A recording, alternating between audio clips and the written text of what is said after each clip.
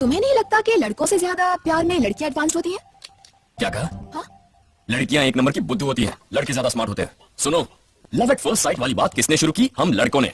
पहली नजर में प्यार सिर्फ लड़के करते हैं। लड़की को देखते ही दिमाग में घंटी बजती है और ज्यादा टाइम पास किए बिना हम कह देते हैं आई लव यू। क्या तुमने कभी सुना है कि किसी लड़की ने किसी लड़के को पहली नजर में आई लव यू कह दिया? कभी कहेंगी भी नहीं। पता है क्यों?